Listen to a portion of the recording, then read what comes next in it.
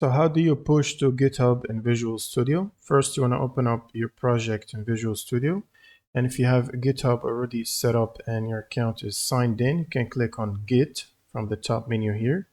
And then you can click on Push. So you will only do that after you made some changes. And if you click on Push, it should start pushing. As you can see here, it should show a notification sometimes with the background running task. You can also do that by accessing the View menu and then going to Git Changes. And from here, you want to press the up arrow, which is this one here, to do a push. And it should start pushing. And then it tells you the message here, successfully pushed to origin main.